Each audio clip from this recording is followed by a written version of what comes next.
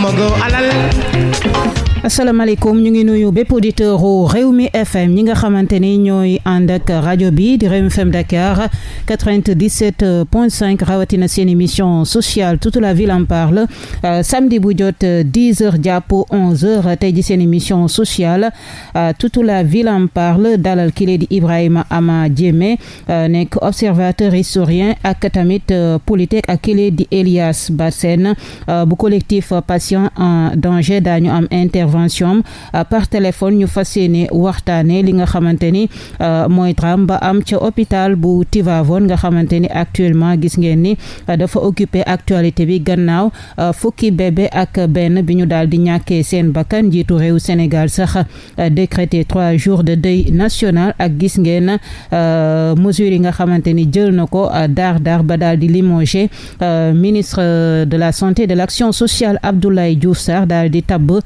doctoresse Marie Khemesse Ngom Ndiaye daañu waxtaanee loolu le insécurité bi nga xamante ni actuellement am na ci Sénégal faat yu bari yi nga xamante ni am na daañu ko waxtaanee ak tamit enjeu bi nga xamante ni élection législative yi am na ko ak coow lu bari li am ci diggante liste yi daañu ko waxtaanee ak suñu invité bi nekk sur place di Ibrahima Ama Diémé ñu lay nuyu di la dalal jàmm.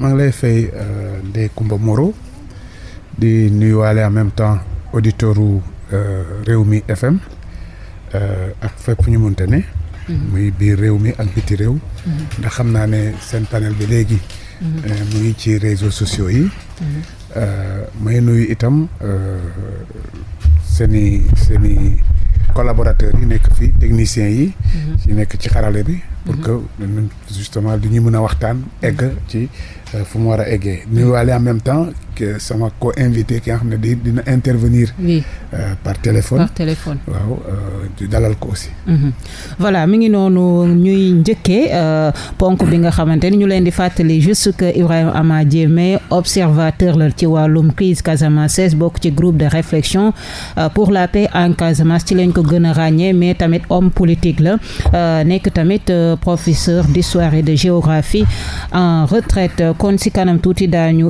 jëli koo xamante ni bokk na ci collectif des patients en danger ñuy attaqué question bi occupé actualité bi récemment di fukki bébé ak benn yi nga xamante ni dañu daal di ñàkk seen bakkan ci lakk gu amoon foofule ci hôpital Mame Abdoul Aziz Sy Dabakh bu Tivaouane ban jàngat nga ci am déjà. Je pense que li xew Tivaouane keroog ci guddi àllarba bër set di alxamis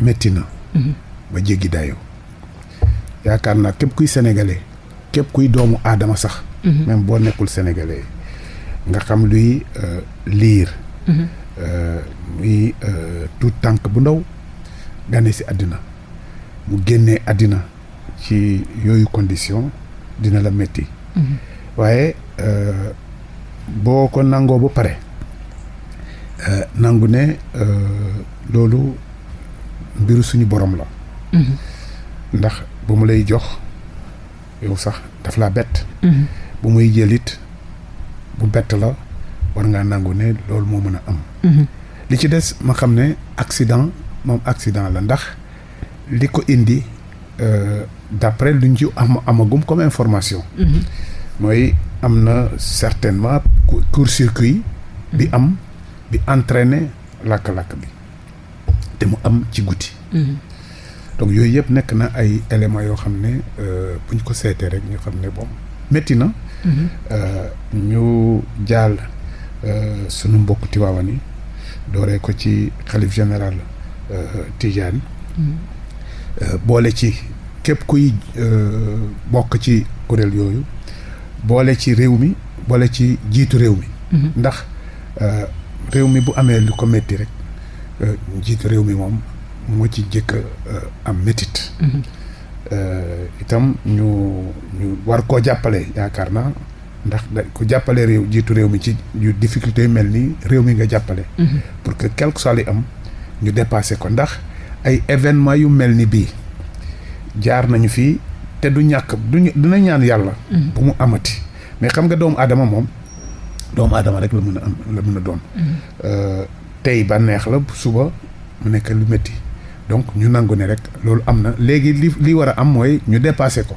te dépassé bi mooy dégg naa préfet bi ne hôpital bi du tëj. au contraire dina continuer fonctionner te loolu moo war dégg naa jiit réew mi itam na dañuy yónnee ay enquête pour que ñu seet mbir mi fan la sookee ba loolu am. Ensuite mu jël engagement ne dina defaraat beneen hôpital boo xamante ne. niveau 3 dina gën a am garantie mais garantie ci wàllu humain. ndax nit ki da ngay garantie mais yàlla moom lu muy dogal moom moo xam lu muy dogal donc loolu yëpp ñu boole que ne Sénégal suñu Sénégal la donc ñu war a tey bu situation mel ni amee. encore lu ni may indiwaat débat ci négligence bi am ci hôpitaux yi xam nga ni temps yi juróon na affaire soxna coow li bari ba ñu jàpp ay sage-femme juge leen après bàyyiwaat leen yow est-ce que jàppoo ni mbir mi tamit négligence boobu daf si nekk carrément parce que lakk boo xamante ni muñ si sauver sax benn bébé est-ce que ñi fa nekkoon taxawaay bi ñu waroon am est-ce que am nañ ko. en fait duma ko limiter rek ci négligence su corps médical. ndax sunu réew dafa bari ay composantes. ñii médecin ñii infirmière d'état ñii sage-femme d'état ñii aide-soignant ñii gardien.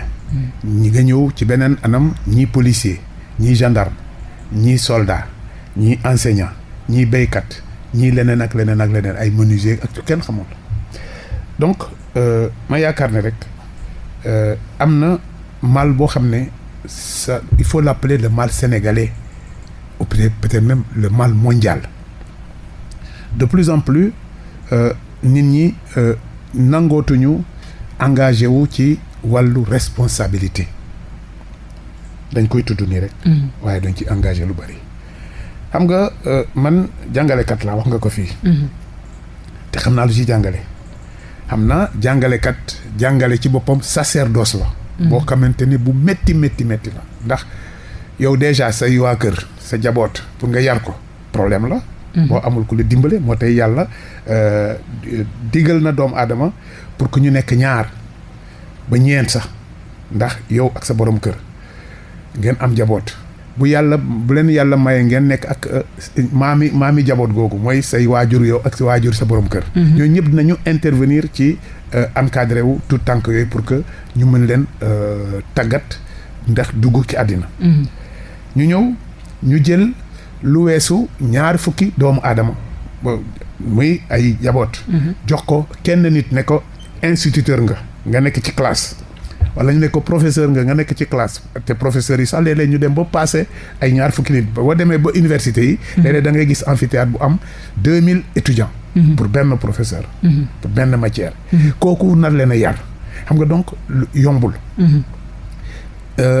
donc système bi day dem na ba toll foo xamante ne buñ ci xalaatul bu baax a baax te loolu moo ñu dal. gis nga depuis bu ñu commencé ci grève récurrente yi. grève récurrente une deux grève ba finalement ñu passé fii benn année blanche. toogaguñu ba seet conséquence su année blanche boobu te boo ko seetee li indi woon année blanche booba. première année blanche booba politique daf ci laloon il faut ñu wax ko. am na ñoo xam ne dañu yaakaaroon ne tant que université bi ubbiwul buntoom. donc nguur gi fi ne woon dina daanu comme ça ñoom ñu profiter pour egg ci nguur gi. donc voilà li indi woon première année blanche boobu malheureusement lii am nañ ko. xam nañu depuis booba la Sénégal ñàkk année blanche année scolaire normale. donc yooyu boo introduire donc produit école yooyu.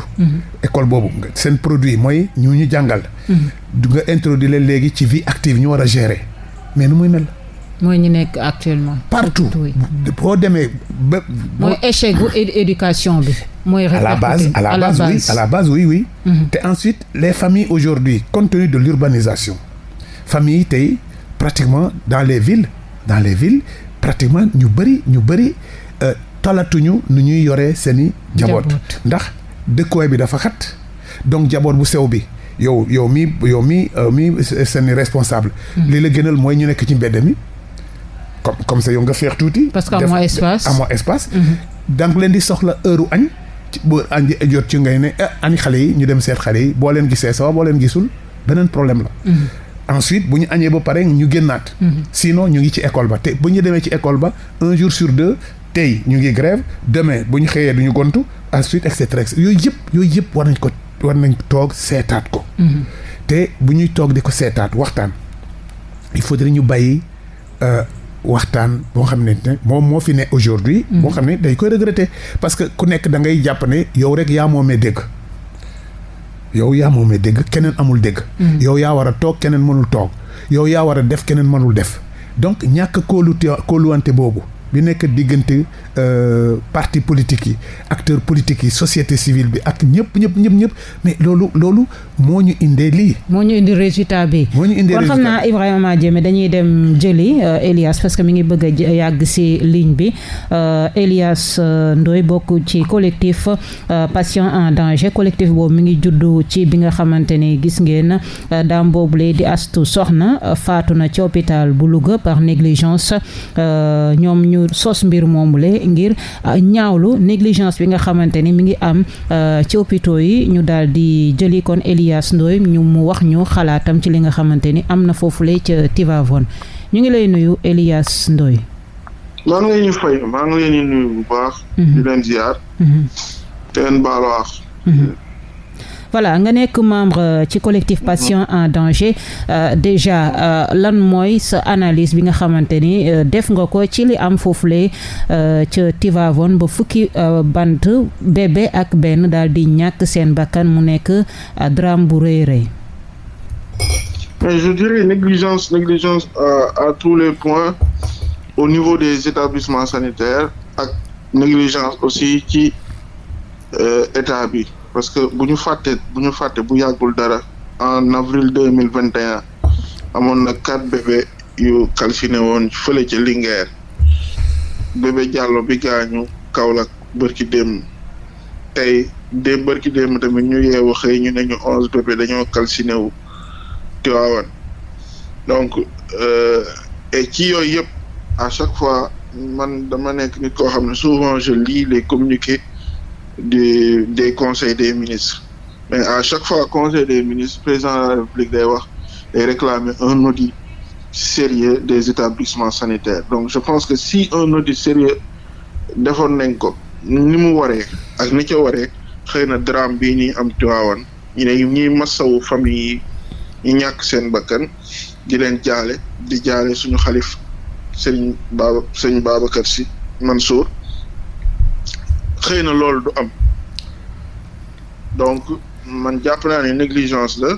et aussi manque de sérieux et que nit ki je pense que l'État c'est quelque chose de sérieux et am na yenn postes yoo xam bu ñu la ko tabbee am na yenn yoo xam niveau de responsabilité au minimum war nga respecter ce serment respecter tamit li la warloo ak doomu aadama yi.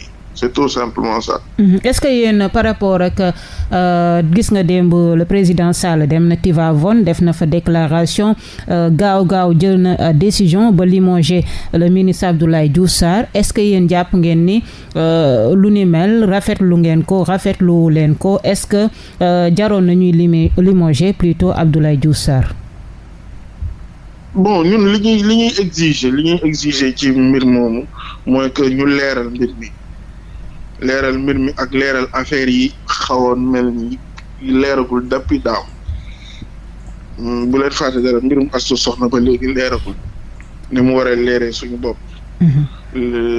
hôpitalu Linguère bi ba léegi leeragul donc leeral mbir yi fi nekk en instance après demander parce que gis nga hôpital dafa am service bu koy gérer direction hospitalière yi seen bâtiment yi dafa am service bu tudd direction des infrastructures des équipements et de la maintenance. donc li ñuy ñaan mooy ñu laaj leen ñoom ay explication ñu wax ñu hôpitaux yi ak maintenance bi fu ñu toll lan lañ ci dafa gub parce que ñoom kese ñoo am responsabilité defar tout ce qui est maintenance et bâtiment dans les hôpitaux. beneen bi moo am enquête boo xam ne day wane installation électrique yi comme ni ko président de la République waxee beneen bi ci wàllu ministre bi nag bu yàggee parce que scandale yi sous son magistère mi ngi doon commencé bari. kuy wax ak yàlla rek wax ak dëgg yàggul nañ ay matériel hôpitaux yu ñuy jaay ci Covid bi donc scandale yi sous son magistère et ça commence à faire trop. Je pense que c'est une sage décision du président de la République. Néanmoins, sur le choix, ça laisse à désirer parce que quand on dit qu'on a nommé Marie Khemesse alors qu'elle était directrice de la santé publique ou wherever, donc choix bi tamit ça laisse à désirer parce que elle faisait partie de la chaîne.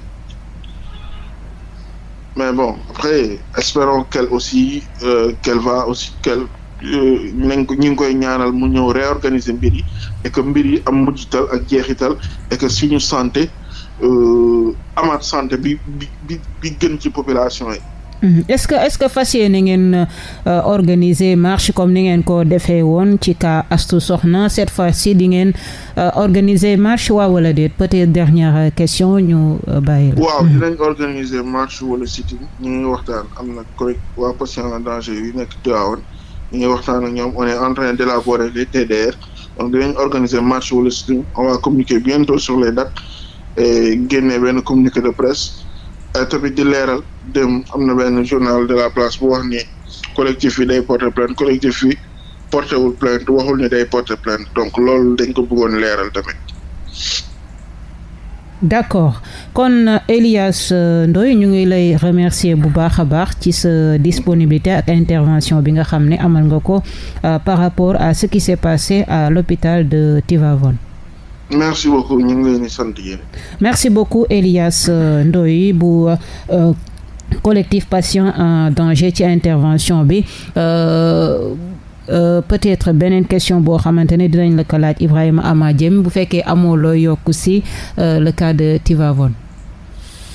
non awma lu ma ci yokk rek lu dul ñaax askan wi rek. ñu xam ne li am na ba noppi. léegi.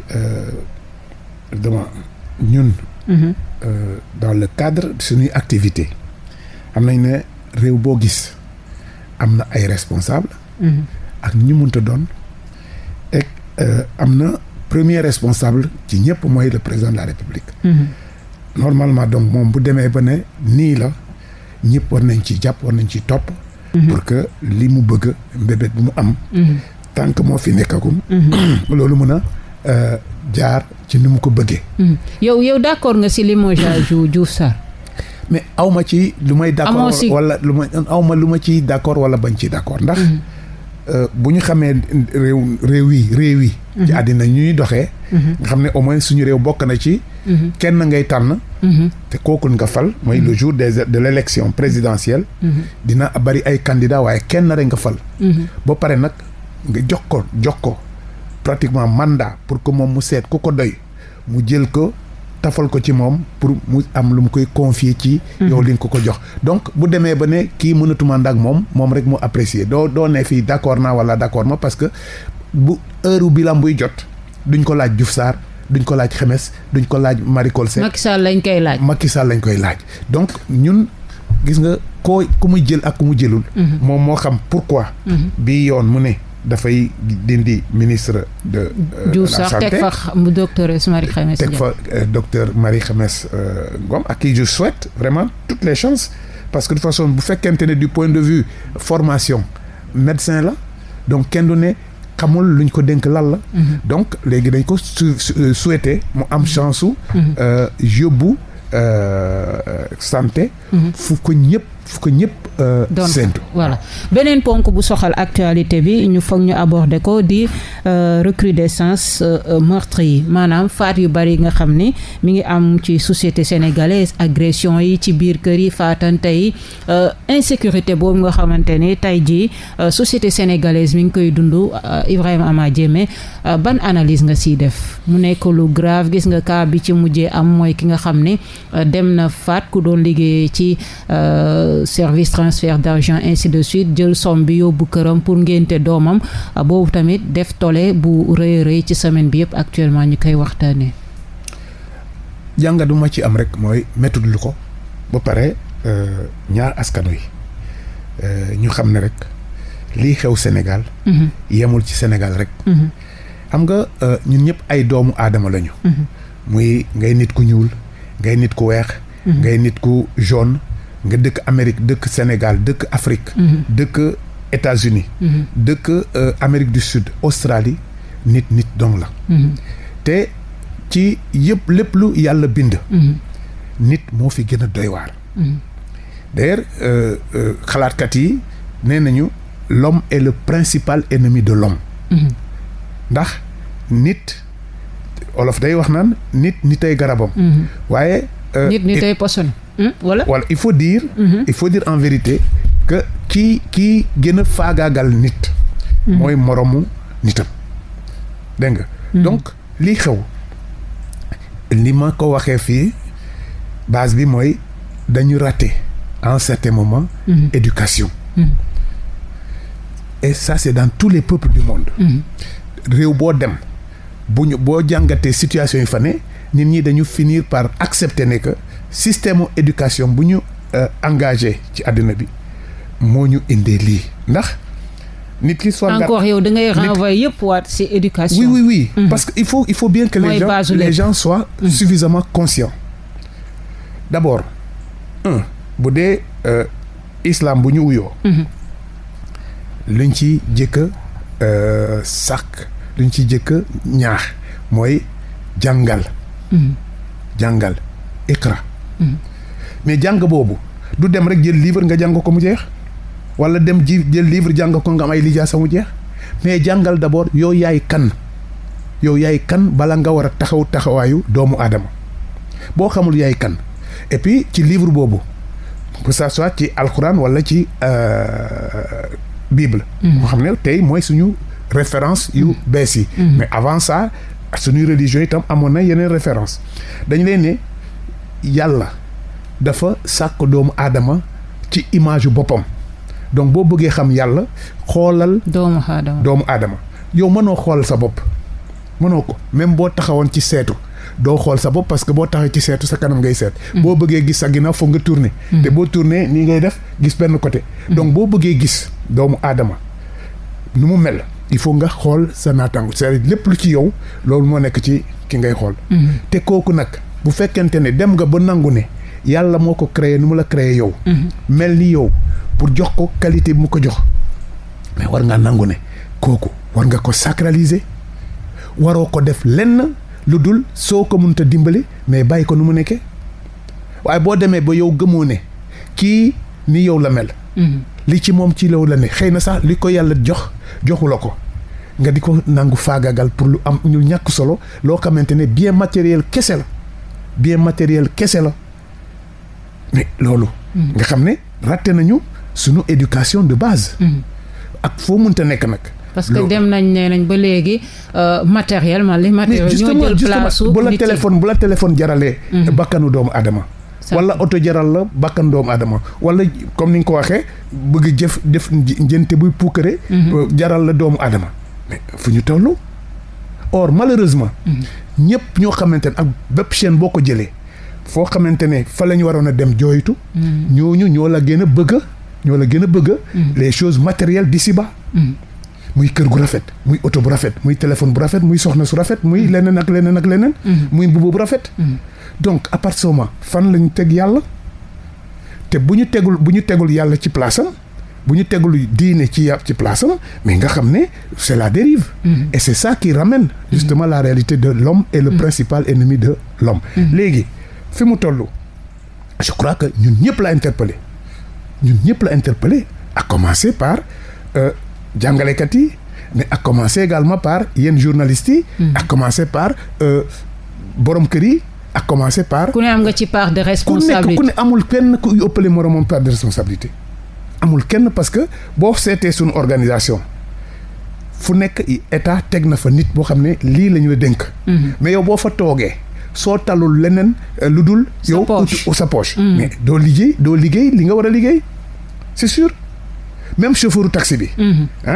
boo ko joxee sa oto ne ko dawalal ma taxi moom bu seetul lu dul lu muy encaissé bu waxtaanee ak client bi bu pare client bi dugg na mais dootul dawal bu normal loolu mooy indi accident. parce que moom yàkkamti na dem wàccee kii indiwaat ñëw jël beneen client pour que mu am versement. plus boobu moo ko moom donc te le seul problème mooy lan bëgg matériel boo fu ñu la teg. doo liggéey ni nga war a liggéey parce que matériel ngay teg donc boo liggéey ba wàcc la première chose nan ngay def ba doubler sa salaire. Ce qui fait que boo jëlee n'importe quel métier mais tey leneen ñi di def. dem nañu ba inventé lu ñu naan xarmat. dañ lay jël. pour que nga liggéey fenn muy public muy privé. mais sa heure repos. au lieu que nga reposer wu nga dem di ko liggéeyee feneen. pour yokk li ngay am. li ngay gagné. parce que wenn salaire bi doyatoo. finalement boo defee loolu mais finalement dootoo am benn rendement. or dootoo productif li ngay def dootoo ko def par amour da nga koy def uniquement pour dajale xaalis. surtout léegi benn anam la ñu bay. boo xam ne boobu mooy base bi ñu xam ne bu ñu fa jaaroon peut-être lii yëpp duñ ci fekk. mooy exactement xam ñun ñooy ñan. te boo xamee ñun ñooy ñan ku nekk xam yow yaay kan gisoo benn doomu aadama. sauf cas exceptionnel. kon la ne man dinaa dundee lu jógewul ci agriculture. amul. lépp dund bu ñuy dundalu doomu aadama ak fu mu mënta ne. moo xam Amérique moo xam Europe moo xam feneen mais ci agriculture lay jógee ci béy lay jógee mbéy boobu mais ñun bu ñu jàppoon suñu valeur. ñu xam ne béy mi rek moo ñu mën a suqali mais ñu jaar ci mbéy mi j'ai dit agriculture am nañu suuf su nangu. naat déjà yàlla woon nañu ne. ba léegi moom mu ngi fu mu ne woon parce que déjà depuis démb. mais déjà commencé woon na ko semaine ba le passé taw bi dugul si na ci réew mi. te taw mooy naatal tool yi. léegi li ci des. liggéey mais kenn nangatul liggéey suuf. sinon kuy nangu liggéey suuf aujourd'hui finalement fulaaluñu la. joxuñu la gëdd.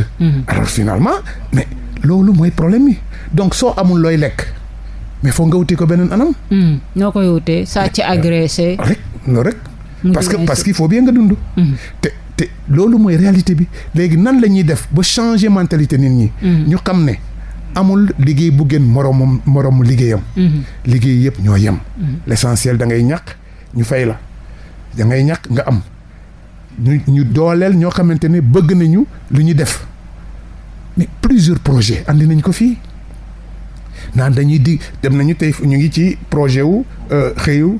ndaw ñi je crois xëyu ndaw yi mais yan ndaw la ñuy xëyal ci naka est-ce que dem nañu ci d'abord orienté parce que nit ki balaa nga koy jox wax ko lan la war a def lan la mën a def mais jox ko rek jox ko comme ça mais ku nekk da on a connu des expériences comme ça depuis opération maîtrisard ci jamono yi Abdou Diouf defe na opération maîtrisard mais liimal ma plus de 5 exemples yoo xam ne boobu la ñu dugg ba taxawal li ñu taxawal loo xam ne parce que loolu lu ñu ci jubloon mooy créer des entrepreneurs sénégalais parce que le développement aussi ce n'est pas l'affaire uniquement de l'État c'est l'affaire des privés des hommes d'affaires l'État a mis beaucoup d'argent à l'époque pour des maîtrisards pour que mu jàppale leen ñu créer entreprise mais lii mal ma plus de 5 ñoo xam ne réussir nañu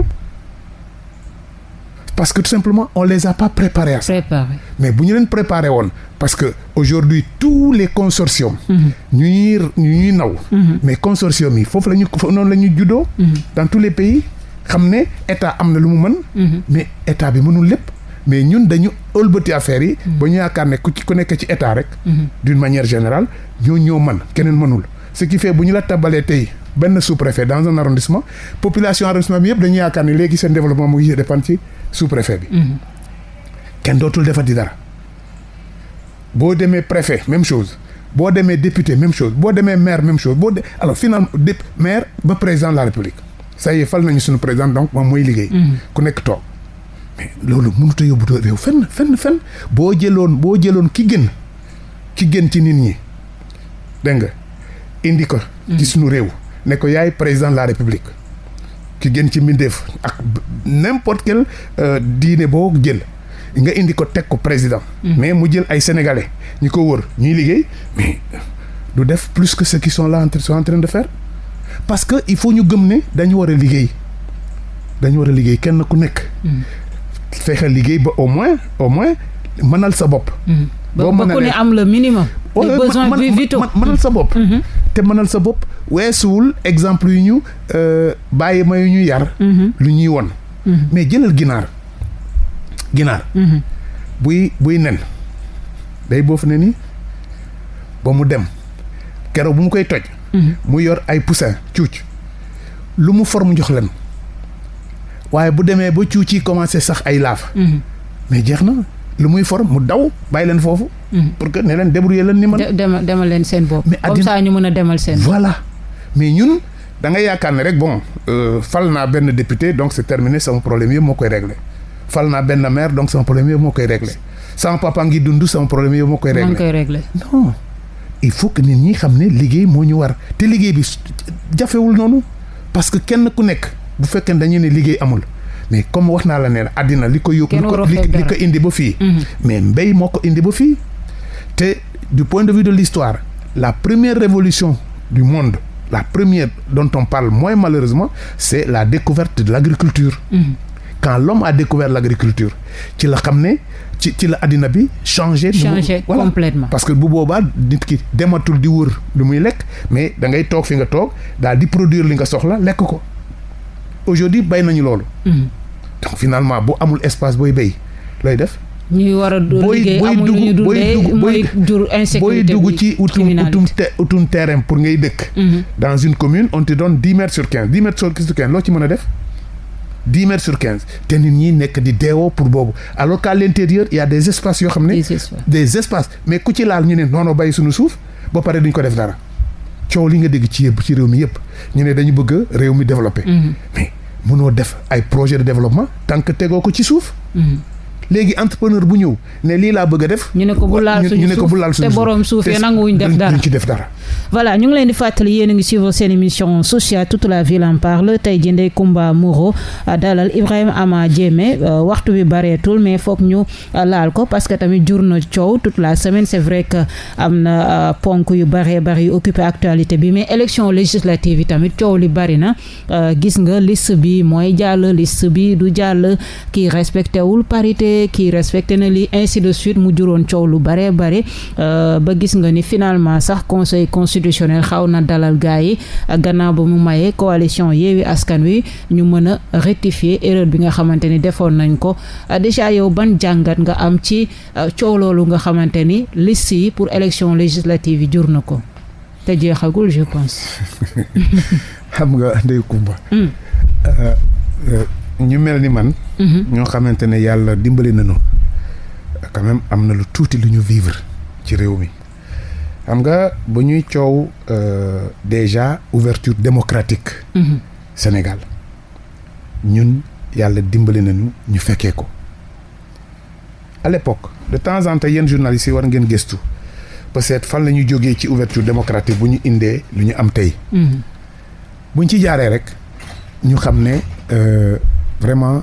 def nañu ay jéego yu am solo ndax c'était les années 1973 74 déjà bu ñu commencé di yëngatu par rapport à réouverture démocratique parce que avant ça amoon na fi ay partis politiques ñu àndoon nag ñoom parti Senghor ñoom parti Lamine Gueye ñoom parti Mamadou Dia ñoom parti Majmout Diop et cetera ñu fermé woon ko vers les années 63 après 74 ñu am ouverture démocratique ñun ñu dugg ci lu ñu tuddee woon à l'époque parti démocratique sénégalais opposition légale am ay parti yoo xam ne ñoo jëkkoon a taxaw PDS certes mais ñoom ñu ne du ñu def opposition légale ñoom dañuy def opposition illégale maanaam dañu bëgg indi changement ci réew mi waaye du ñu jaar ci lu yoon tëral. booba jamono lu mu ñu juraloon moo di dañu ne UPS ak PDS benn lañu. 6 ak 9 ndax ñoom UPS lañ fa bëggoon a jëlee. mooy waa gauche bi comme PDS ñëw na au contraire pour jàppale UPS donc ñoom seen combat bokkul ak seeni combat ça nous a pris au moins 4 ans 5 ans.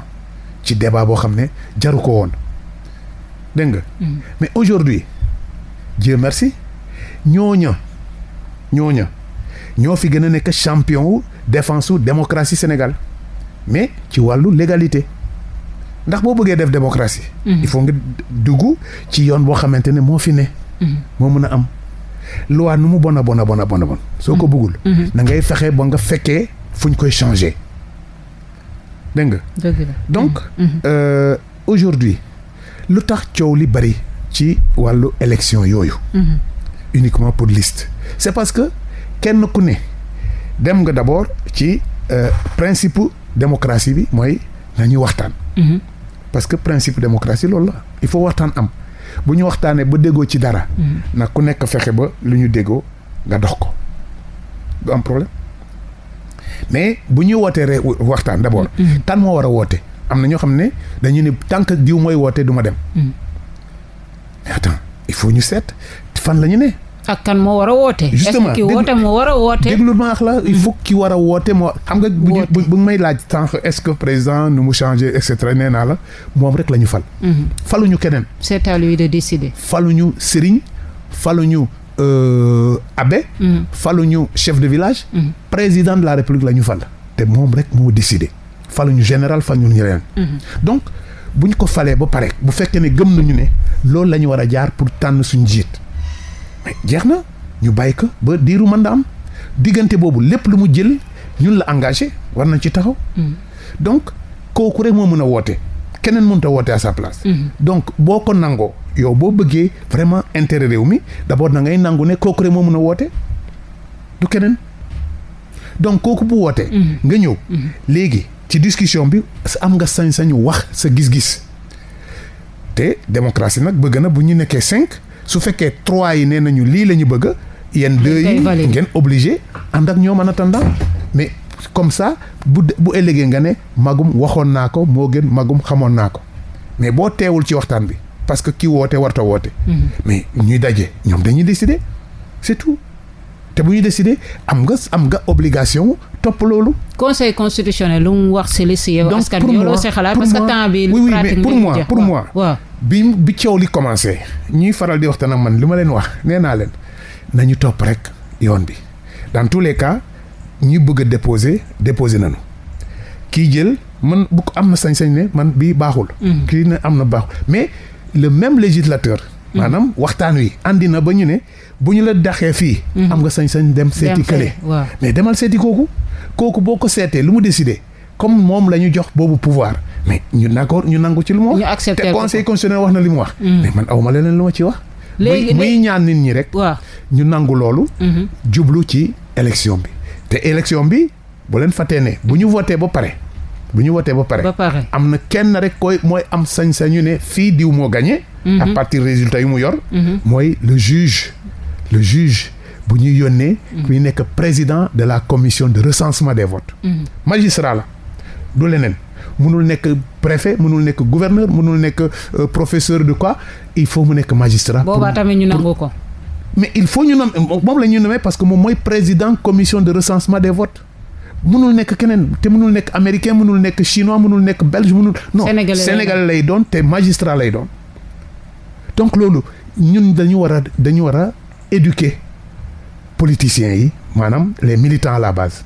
képp ku dem ba jël pouvoir man responsable parti la war ngaa éduquer say militants. ñuy respecter institution yi. parce que état sans institution du état te institution tant que amuñu institution bu dëgër. te tamit homme politique bu am yenn aspiration yi war nga respecter institution yi. mais forcément parce que mënumaa gis benn sénégalais. bu bëgg a nekk président. demain nga ne di nga nekk présenté doo am gendarme di nga nekk présenté doo am policier di nga nekk présenté doo am armée di nga nekk présenté doo am ay gouverneur préfet di nga nekk présenté doo am ay DG ay magistrat ak leneen. donc les institutions elles sont ce qu'elles sont et il faut les renforcer bu ñu doolee les institutions yi ku nekk d'ailleurs à l'époque lan lañu ragalee woon police ak gendarme.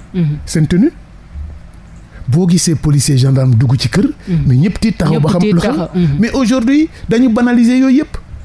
te loolu lan moo ko indi c'est un danger mais les problèmes des dangers que nous vivons aujourd'hui foofu la jógee. militaire à l'époque mais doo am sañ-sañu dem ba dogaale militaire buy dox. aujourd'hui d'abord mais il faut revenir à ça nañu respecté institution mais tamit Ibrahima Diémé am na ñu ne comme que coow li bari na conseil constitutionnel validé en quelque sorte listu Yewwi Askan Wi nga xam naroon nañ si taal dëkk bi entre guillemets léegi ñu ne conseil am ñenn ci analyse yi ne conseil constitutionnel boobu bu ñëwaatee validé ne le président Macky Sall am na droit postuler pour un 3e mandat kon opposition bi buñ si teg baat loolu loo si wax yow. xam nga 3e mandat bi ma yooyu yëpp foog ñu laaj la si. yooyu yëpp xam nga. man. personnellement ak ñi ma àndal. amoon nañu jamono ci suñu analyse nee nañu limitation mandat d'abord c'est un piège. Ça c'est notre analyse et c'est mon analyse ba léegi d'abord en Afrique ci suñu société. liimal ma fenn rek foo xam ne dëkk bi dem na ba taxaw mu ne nañu tànn suñu chef de village mais ñu jox ko benn mandat dire 5 mois wala 1 an bu ko génnee rek mu génne fi. généralement pouvoir bu ñu la koy jox. c'est à vie. c'est à vie foog nga décédé parfois sax ñu jox ko sa doom. dans nos traditions. Ça c'est dans nos réalités. Bon léegi ñu ne bon dañuy def un président de la République ñu copier ko ci constitution française. Ok à l'époque c'était 5 ans 4 ans 3 ans moo xam rek c'est ce qui faisait d'ailleurs que nit ñi di changer. Parce que bu changer fallait ñun tam ñu changer. bu ñu ne 4 ans ñu ne 4 ans bu ñu ne 7 ans ñu ne 7 ans et cetera. Bon encore que bu ñu koy def noonu temps jamono ñoom Senghor ak ñoom Abdou Diouf bon bu mandat bi jeexee dañ doon defar élection bon ñu fal moom dina candidat ñeneen candidat bu leen gagner ñu continuer ñëw ba jékki-jékki un jour rek ñu ne bon c'est terminé léegi il faut ñu am limitation donc boo defee 2 mandats doo ko passer pourquoi parce que ailleurs dañ koy def mais jéema la seet d'abord ñële pourquoi ñu def ko est-ce que li tax ñoom ñu def ko mu ngi ci yow. est-ce que contexte yi benn la réalité yi benn la loolu laa bëgg a wax. donc man personnellement ba léegi je ne suis pas pour la limitation des mandats. mais waxuma ne yow personnellement. d'accord ci limitation des mandats maintenant. dans tous les cas c'est comme un examen. xam nga examen yow fu nga toll nii. bu la neexee. concours prochain de recrutement des enseignants ou concours prochain de recrutement des gendarmes bu fekkee ne remplir nga condition même boo ko remplirul. mais am nga sañ-sañu ne damay déposer sama dossier. de candidature. mais boo ko déposer léegi kuy enregistrer candidature yi mooy xool ne ah non Ndeye Comba Moreau mi mënul nekk mënul nekk candidat donc bu ñuy proclamer la liste des candidats validés ñu ne bon Ndeye Comba bokku ci te di nga nangu ne. déposé nga mais mayuñu la nga def ko te kenn rek la ñu may boobu sañ-sañ mooy kuy centraliser candidature yi donc je dis il faut ñu accepter que la démocratie c'est un jeu le système électoral également ce sont des règles pour ce jeu-là donc boo duggee ci géew mi war ngaa nangu ne arbitre bi rek mooy naan diw def na ñetti appui wala ñaari appui wala deful benn appui. mais yow xanaa Ibrahima Diémé si diggante bi da nga fi dem APR da nga xale. duma APR. bokkoo APR. bokkoo ci kii Macky Sall yi amul luñ la bokkal ainsi de suite. nga ñëw taxaw fii naan d'accord ma si. xam nga en tant que ak fi ñu toll tamit si xam nga nee naa la. yàlla may na ma. ma fekkee depuis 74. waaw gis fu ñu jaar depuis les 4 courants. D'abord au départ. les tout premiers partis mooy PDS. ak PLP pas PLP PLS. non PLP. PLP ak PAI. dégg nga ñu jógee foofu Diouf ñëw. ça c'était jamonoy Senghor les 4 courants Diouf ñëw mu ubbi ci la ne jàkka jàngoo ku mu neex noddal nit ñi caar de 4 partis. Aujourd'hui nous sommes à plus de 300 partis. waaw fi may waxee mooy Ibrahima Diémé parce que temps bareetul dem nañ ba xeex ba ne léegi si régime Ablaye Wade. léegi 2 mandats. à l'image des autres pays démocratiques. je suis d'accord. waaw léegi yow Macky bu bëggee ñëw jalgati loolu. wala caxat-caxatee constitution bi dama ne je ne suis pas constitutionnaliste. bien que sama formation politique. bi may wuyoo tey. muy PDS rénovation. bu professeur Serigne Diop.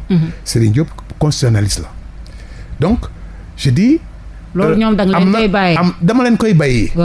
mais dans tous les cas comme ni ma la ko waxee rek mais comme candidature bi du à Sandaga lañ koy nangu fële la conseil constitutionnel. du grand place su sama dëkk Tandouk la ñuy nangu constitution du bois sacré Tandouk la ñuy nangu candidature ak benn lii rek lañ koy nangu mooy conseil constitutionnel. mais keneen ku si wax da ngay sonal sa bopp su ma sañoon.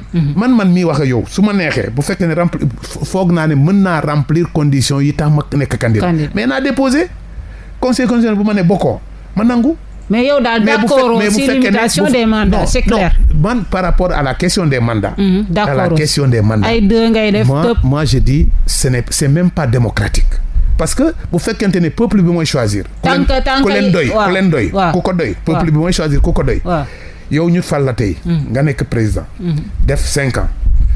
renouvelé parce que la constitution dit c'est un mandat de 5 ans renouvelable une fois nga renouvelé nit ñi gis ne yaa ngi liggéey boo xamante ne. ñu ne kii nañ ko jox beneen man nam mën nañ ko ba vraiment bu ñu sañoon. foog mu toogaat nga toog mais peuple bi ñooy choisir parce que constitution bi en vérité par définition mooy baatu peuple bi. donc peuple bi mu ne bàyyi leen Ndeye Comba Moreau mu présenté wu waat ani yoon beneen kenn koo xam ne moom bëgg na toog yow fi nga toog bu ne non war ci toog. ça ne doit pas poser de problème. beneen question juste une minute temps bi jeex na Ibrahima Diémé une minute. Sonko fait appel à l'insurrection carrément et il a assumé ses propos on va déloger le président Macky Sall naka nga gisee koo xamante ni mi ngi am ay ambition présidentielle ainsi de suite dem bay néewal doole njiitu réew ci benn anam bi et puis assumer ko carrément ban jàngal nga ci am. posé nga ma question boo xam ne j'ai toujours refusé. de débattre sur ça mais li ma wax ci njël xam nga nee naa la ñun bu ñuy dugg en 74. non Ama déglu c'est important bi jeex na c'est important mais il faut nga accepter. parce que pour man Sonko président Macky Sall ak Malick Gakou ak comment il s'appelle. Thierno Bocoum et cetera ñoom ñëpp. ay citoyens lañu. ay acteurs politiques lañu.